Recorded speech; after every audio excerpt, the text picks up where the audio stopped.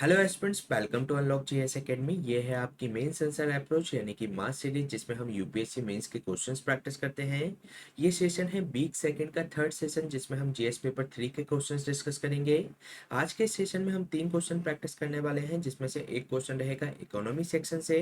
एक क्वेश्चन हम प्रैक्टिस करेंगे एनवायरमेंट सेक्शन से, और एक क्वेश्चन हम प्रैक्टिस करने वाले हैं आपदा प्रबंधन यानी कि डिजास्टर मैनेजमेंट सेक्शन से। तो चलिए स्टार्ट करते हैं आज का इंपॉर्टेंट सेशन। ये जो क्वेश्चन है आपका डिजास्टर मैनेजमेंट सेक्शन से है, जिसके अंतर्गत आपसे ये पूछा गया है कि दावानल यानी कि फॉरेस्ट फायर के कारणों पर प्रकाश डालते हुए भारत में इन घटनाओं को रोकने के उपायों को वर्णित कीजिए। तो इस क्वेश्चन का आंसर आपको 250 शब्दों में देना है, जिसमें आपको फॉरेस्ट फायर के कारणों पर प्रकाश डालना है, साथ ही साथ उसके रोकने के उपायों को भी इसके अंतर्गत आपको वर्णित करना है। तो इस क्वेश्चन को सॉल्व करने की हमारी वही अप्रोच रहेगी। सबसे पहले हम इसके इंट्रोडक्शन से इसकी शुरुआत करेंगे, फिर इसकी संरचना या बॉडी का निर्माण करेंगे, फिर निष्कर्ष के साथ इस क्वेश्चन को एंड करेंगे। इसमें अगर हम बात करें इस क्वेश्चन के इंट्रोडक्शन के बारे में, तो जो भारत में वन सर्वेक्षण रिपोर्ट है उसमें 2021 के आंकड़ों के अनुसार भारत में नवंबर 2020 से जून 2021 के मध्य जो फॉरेस्ट फायर की लगभग 3.5 लाख घटनाएं दर्ज की गई, जो कि इस अवधि में दर्ज की गई सबसे अधिक घटनाएं थी। इसके अलावा हर वर्ष नवंबर से मई माह में विभिन्न प्राकृतिक एवं मानव जनित कारणों के कारण जंगल में आग की घटनाएं देखने को मिलती है। इसके अलावा आग लगने के कारणों की अगर हम बात करें, तो इसमें सूखी पत्तियां, टहनियां और जो देवदार की जो नुकीली पत्तियां होती हैं, ऐसे इसमें ज्वलनशील पदार्थों के संग्रहण के कारण यहाँ पर फॉरेस्ट फायर लगती है। अगर हम बात करें घटनाओं के क्रम में, तो इसमें जो स्टेट है उड़ीसा, तो उसमें सबसे ज्यादा घटनाएं दर्ज की गई। इसके बाद मध्य प्रदेश और छत्तीसगढ़ का स्थान इसके बाद है। तो इस तरीके से इस क्वेश्चन की स्टार्टिंग की जा सकती है। इसके बाद अगर हम बात करें इसमें फॉरेस्ट फायर के कारणों के बारे में, उसमें भी सबसे पहले अगर हम बात करें प्राकृतिक कारणों के बारे में, तो इसमें बढ़ता वायुमंडलीय जो तापन है, शुष्क काल की अवधि जो लगातार बढ़ती जा रही है, इसके साथ ही मृदा एवं वातावरण में जो निम्न आर्द्रता की जो स्थिति है, तो इस तरीके की जो जलवायु परिस्थितियां हैं वह फॉरेस्ट फायर के प्राकृतिक कारणों में से एक है। इसके साथ ही बिजली का चमकना यानी कि लाइटनिंग और ज्वालामुखी विस्फोट के कारण फॉरेस्ट फायर की कई सारी घटनाएं देखने को मिलती है।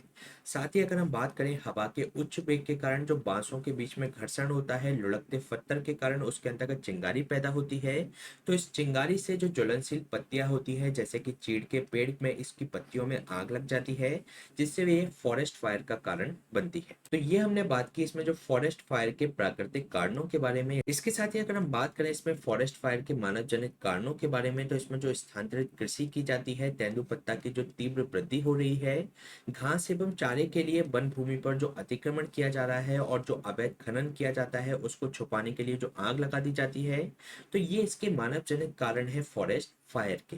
इसके साथ ही सिगरेट के बर्ड और जो विद्युत चिंगारियां पैदा होती हैं, तो उससे जो चीड़ के पत्ते होते हैं जो कि काफी ज्यादा ज्वलनशील होते हैं, तो उससे उसमें आग लग जाती है, जो कि फॉरेस्ट फायर का कारण बनती है। साथ ही साथ जंगली जानवरों को भगाने के लिए और जो बॉन फायर जैसी इसमें जो मनोरंजन गतिविधियां होती हैं, तो उसके कारण भी फॉरेस्ट के अंतर्गत आग लगने की घटना देखी जाती है। तो ये हमने बात की फॉरेस्ट फायर के मानव जनित और प्राकृतिक कारणों के बारे में। इसके बाद अगर हम बात करें दावानल रोकने के उपाय के बारे में, तो इसमें हमें प्रबंधन हस्तक्षेपों के लिए प्राथमिकता वाले क्षेत्रों की पहचान करने और प्राथमिकता वाले क्षेत्रों को संसाधन आवंटित करने के लिए जो अग्नि जोखिम क्षेत्रीकरण एवं उसमें मानचित्र तैयार करने की जरूरत है।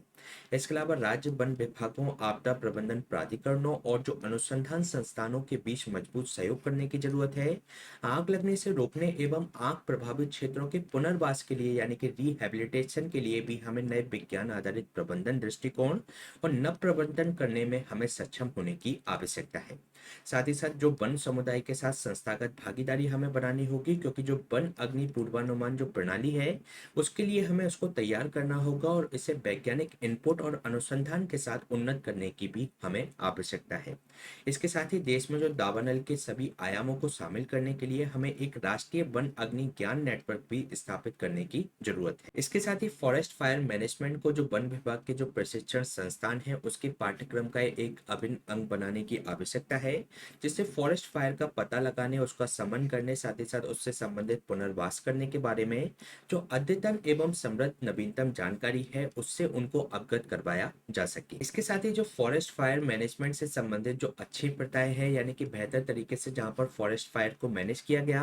तो इस तरीके की प्रथाओं का दस्तावेजीकरण करना चाहिए और जो आगे वाले ट्रेनी हैं उनको इससे अवगत करवाना चाहिए। इसके साथ ही जो नासा के जो मोडिस है, यानी कि जो moderate resolution imaging spectro radiometer, तो इन उपग्रह के माध्यम से प्रारंभिक चेतावनी और वैधता जो मानचित्र है प्रदान करने हेतु हमें इसके थ्रू उसकी निगरानी करनी चाहिए। तो ये हमने बात की इसमें फॉरेस्ट फायर रोकने के उपाय के बारे में। इसके बाद अगर हम बात करें इस क्वेश्चन के निष्कर्ष के बारे में, तो जो सरकार द्वारा वन अग्नि निवारण और प्रबंधन योजना, वन अग्नि पर राष्ट्रीय योजना 2018 और वन फायर लाइन बनाने जैसे कदम उठाने की जरूरत है। इसके अलावा वर्ष 2030 तक अतिरिक्त वन एवं वृक्ष आवरण के माध्यम से हमें 2.5 से 3 बिलियन टन CO2 के बराबर अतिरिक्त जो कार्बन सिंक सर्जित करना है उसको करने की भी इसके अंतर्गत आवश्यकता है। इसके अलावा हमारा जो सस्टेनेबल डेवलपमेंट गोल 15 है, यानी कि लाइफ ऑन द लैंड, तो जो कि वनों के सतत प्रबंधन की बात करता है, तो इस लक्ष्य को प्राप्त करने के लिए हमारी जो वैश्विक प्रतिज्ञा है उसको प्राप्त करने के लिए हमें फॉरेस्ट फायर पर रोक लगाने की जरूरत है। तो ये क्वेश्चन हमने डिस्कस किया जीएस पेपर 3 के डिजास्टर मैनेजमेंट सेक्शन से। चलिए चलते हैं नेक्स्ट क्वेश्चन पे। नेक्स्ट क्वेश्चन है आपके इकोनॉमी सेक्शन से, जिसमें आपसे ये पूछा गया है कि शून्य बजट प्राकृतिक खेती यानी कि जीरो वेस्ट नेचुरल फार्मिंग क्या है और पारंपरिक खेती की तुलना में इसके महत्व और इससे संबंधित चुनौतियों के बारे में चर्चा कीजिए। तो इस क्वेश्चन का आंसर आपको 250 शब्दों में देना है, जिसमें आपको ये बताना है कि शून्य बजट प्राकृतिक खेती क्या है और ये इसके महत्व के बारे में आपको चर्चा करना है और इससे संबंधित चुनौतियों के बारे में भी आपको बताना है। तो इस क्वेश्चन को सॉल्व करने की हमारी वही अप्रोच रहेगी। अगर हम बात करें इस क्वेश्चन के इंट्रोडक्शन के बारे में, तो जो जीरो वेस्ट नेचुरल फार्मिंग है वह रसायन से मुक्त कृषि पद्धतियों को बढ़ावा देती है और ये मूल रूप से जो सुभाष पालेकर थे उनके द्वारा 1990 के दशक के मध्य में जो हरित क्रांति की जो विधियां हैं उनके विकल्प के रूप में इसको उन्होंने प्रस्तुत किया था। इसके साथ ही हाल के वर्षों में जो जीरो वेस्ट नेचुरल फार्मिंग है उसको 2016 में आंध्र प्रदेश के द्वारा रसायन आधारित जो कृषि है और जो पूंजी गहन कृषि है उसके विकल्प के रूप में इसकी जो कार्यान्वयन एजेंसी है रायतू साधिका संस्था के माध्यम से इन्होंने जो आंध्र प्रदेश के अंतर्गत इसको प्रस्तुत किया, जो कि इसके महत्व को इसके अंतर्गत दर्शाती है। तो इस तरीके से इस क्वेश्चन की स्टार्टिंग की जा सकती है। इसके बाद अगर हम बात करें इसके 4 स्तंभ के बारे में जो कि जीरो वेस्ट नेचुरल फार्मिंग के अंतर्गत होते हैं, तो इसमें सबसे पहले होता है जीवामृत और सेकंड इसके अंतर्गत होता है बीजामृत।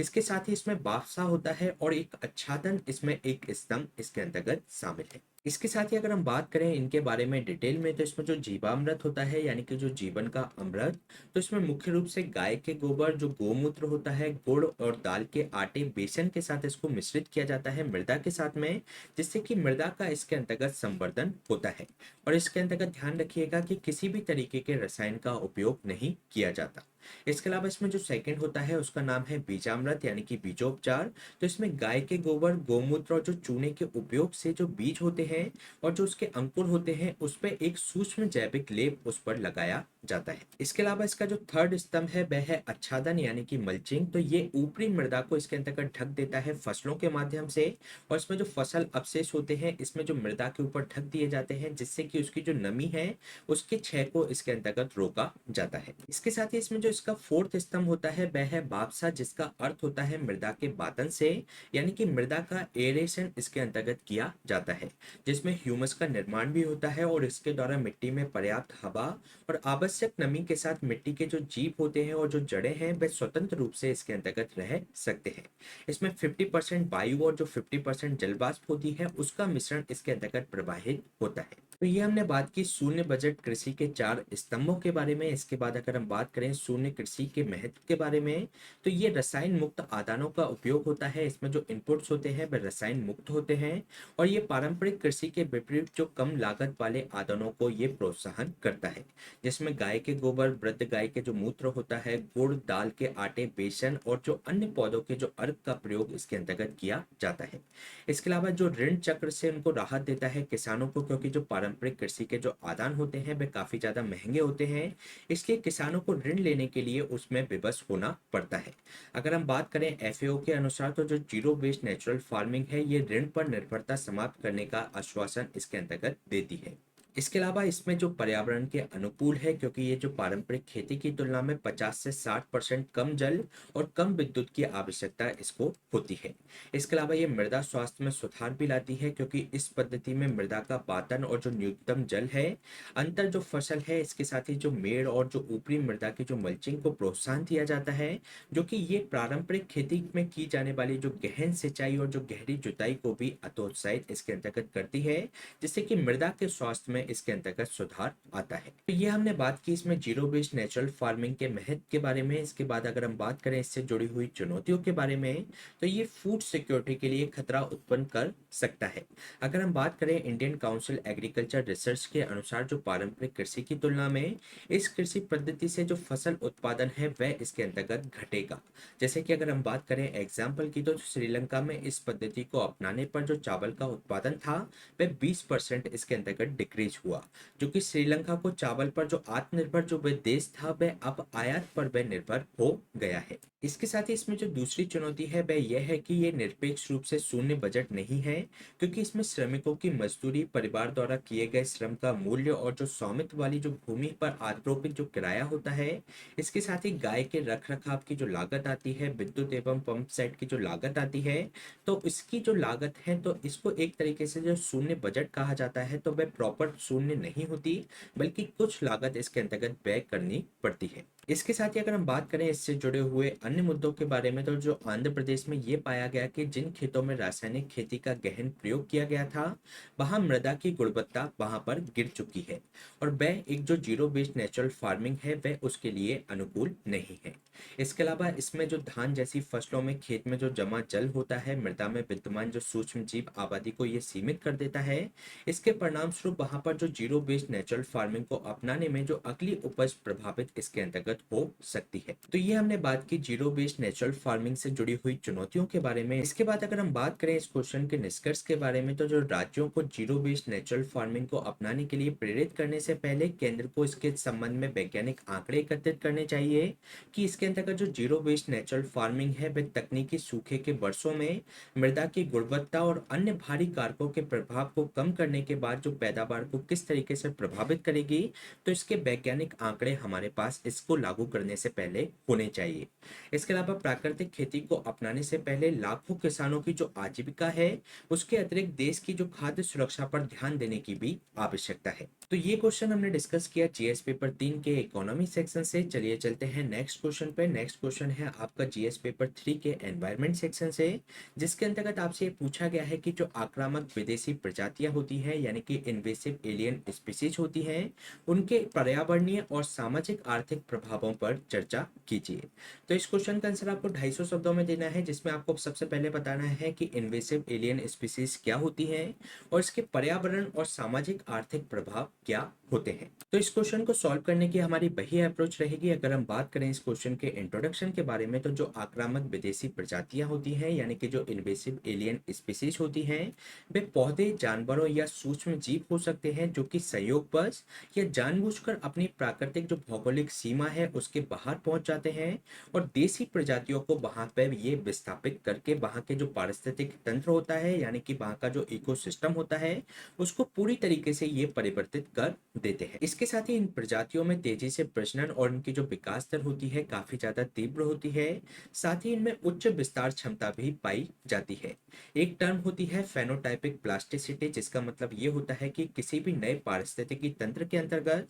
भौतिक रूप से किस तरीके से अनुकूलन की क्षमता उस स्पीसीज की होती है, तो उसको उसकी फेनोटाइपिक प्लास्टिसिटी कहा जाता है। तो जो इन्वेसिव एलियन स्पीसीज होती है उसकी फेनोटाइपिक जो प्लास्टिसिटी है वह काफी ज्यादा उच्च होती है। इसके साथ ही विभिन्न प्रकार के खाद्य पदार्थों और जो पर्यावरण जो पारिस्थितिकी तंत्र होते हैं उसकी विस्तृत श्रृंखला के अंतर्गत इनमें जीवित रहने की क्षमता भी काफी ज्यादा उच्च होती है, जिसके कारण से ये वहाँ की जो देसी प्रजाति है होती है उनको ये विस्थापित करके वहाँ का जो पारिस्थितिकी तंत्र होता है उस पर ये ये अतिक्रमण कर लेती है। अगर हम बात करें 2017 की एक रिपोर्ट के अनुसार तो जो इन्वेसिव एलियन स्पीसीज है उसके कारण 25% पौधे एवं 33% जीव विलुप्ति की कगार पर पहुंच चुके हैं। तो इसमें इन्वेसिव एलियन स्पीसीज की जो डेफिनेशन है उसको बताकर इस क्वेश्चन की स्टार्टिंग की जा सकती है। इसके साथ ही अगर हम बात करें इन्वेसिव एलियन स्पीसीज के पर्यावरणीय प्रभाव के बारे में तो जो आक्रामक प्रजातियां होती है इनका जो वैश्विक विस्तार होता है काफी ज्यादा तीव्र इसके अंतर्गत होता है,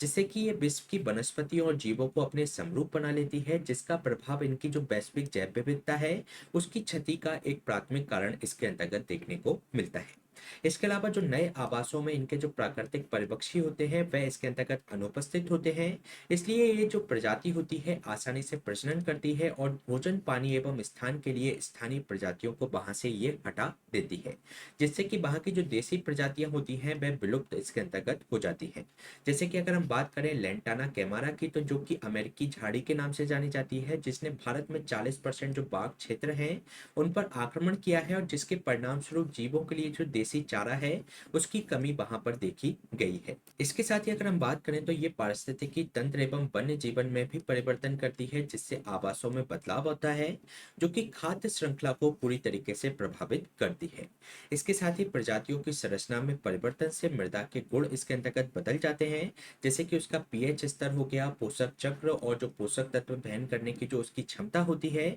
जिसके परिणाम स्वरूप होता क्या है कि जो मृदा की उत्पादकता है वह इसके अंतर्गत डिक्रीज हो जाती है। इसके अलावा इनके माध्यम से जो नई बीमारियां और जो परजीवियों का जो आगमन इसके अंतर्गत जो नए पारिस्थितिकी तंत्र के अंतर्गत हो जाता है। तो ये हमने बात की इन्वेसिव एलियन स्पीसीज के पर्यावरणीय प्रभाव के बारे में। इसके बाद अगर हम बात करें इसके सामाजिक आर्थिक प्रभाव के बारे में तो जो पर्यावास का इसके अंतर्गत जो क्षरण होता है उसका जो विखंडन होता है, वन्य जीवों को पौष्टिक भोजन की तलाश में बाहर आना पड़ता है, जिससे कि जो मानव बस्तियों के अंतर्गत उनका गमन होता है, जिससे ह्यूमन एनिमल कॉन्फ्लिक्ट देखा जाता है। इसके अलावा नकदी फसलों और अन्य पौधों के विकास को सीमित करके ये जो वनों द्वारा प्रदान की जाने वाली जो इकोसिस्टम जो सर्विसेज है उसको ये नष्ट कर देते हैं, जिससे कि ये आर्थिक क्षति का कारण बनता है। इसमें अगर हम बात करें इसके एग्जाम्पल की तो जो 1990-91 में भारत में पाई जाने वाली जो सर्पेंटाइन लीफ माइनर की जो खेती की गई उसके अर्थव्यवस्था की जो महत्वपूर्ण फसलें थी जैसे कि ककड़ी, लौकी, कद्दू और बीन्स जैसी जो खेती थी वह इससे प्रभावित हुई, जिससे कि खाद्य सुरक्षा पर संकट पैदा हुआ। इसके साथ ही अगर हम बात करें तो इसका जो प्रभाव होता है देसी घासों के साथ साथ जो विदेशी प्रजातियों की जो तीव्र वृद्धि हो जाती है, तो इससे शुद्ध चारे को विदेशी प्रजातियों से अलग करना इसके अंतर्गत असंभव हो जाता है, जिससे पशुओं द्वारा जो मिलावटी चारे का जो सेवन होता है तो उससे इसमें जोखिम भी बढ़ जाता है। इसके साथ ही जो हानिकारक शैवाल प्रस्फुटन यानी कि जो एल्गल ब्लूम होता है उससे साल्विनिया जैसे पौधे एवं नील पर्च जैसी जो परजीवी प्रजातियों के प्रवेश ने कई मत्स्य पालन और जो जलीय कृषि सुविधाओं को इसके अंतर्गत समाप्त कर दिया है, जिसका जो इम्पैक्ट पड़ता है अल्टीमेट रूप से हमारी इकोनॉमी पे देखने को मिलता है। तो ये हमने बात की इसमें जो इन्वेसिव एलियन स्पीसीज है उसके सामाजिक आर्थिक प्रभाव के बारे में। इसके साथ ही अगर हम बात करें इस क्वेश्चन के निष्कर्ष के बारे में तो जो वैश्वीकरण से जो आक्रामक विदेशी प्रजातियों की संभावना लगातार बढ़ गई है, तो इसके लिए प्रभावी तरीका ये हो सकता है कि व्यापार और प्रजातियों की जो आवाजाही को विनियमित किया जाना चाहिए, जैसे कि साइट्स के द्वारा। इसके अलावा जो आक्रामक विदेशी प्रजातियां हैं वह आईयूसीएन की जो लाल सूची निकलती है यानी कि जो रेड लिस्ट निकलती है उसमें जो अधिकांश प्रजातियों के लिए वह खतरा दिखाई देती है। इसलिए इसके अंतर्गत विशिष्ट पहलों जैसे कि आईजी जैव विविधता लक्ष्य 9 और जो यूएनएसडीजी का जो गोल 15 है उसको लागू करके इन प्रजातियों के प्रसार पर तत्काल कदम उठाने की आवश्यकता है। तो ये क्वेश्चंस हमने डिस्कस किए जीएस पेपर 3 से। इसी तरीके के सेशंस हम आपके बीच में लाते रहेंगे। कल हम लेकर आएंगे वीक सेकंड का फोर्थ सेशन जिसके अंतर्गत हम जीएस पेपर 4 के क्वेश्चंस डिस्कस करेंगे। इसकी जो हैंड रिटन नोट्स की जो पीडीएफ है आपको हमारे टेलीग्राम चैनल से मिल जाएगी। इसके साथ ही आप आंसर राइटिंग करते रहिए और आप जो आंसर राइटिंग करते हैं उसको कमेंट सेक्शन में पेस्ट कर सकते हैं, जिसका हम आपको एवेल्यूशन भी प्रोवाइड कर पाएंगे। तो please stay tune and subscribe the unlock GS academy. Thank you.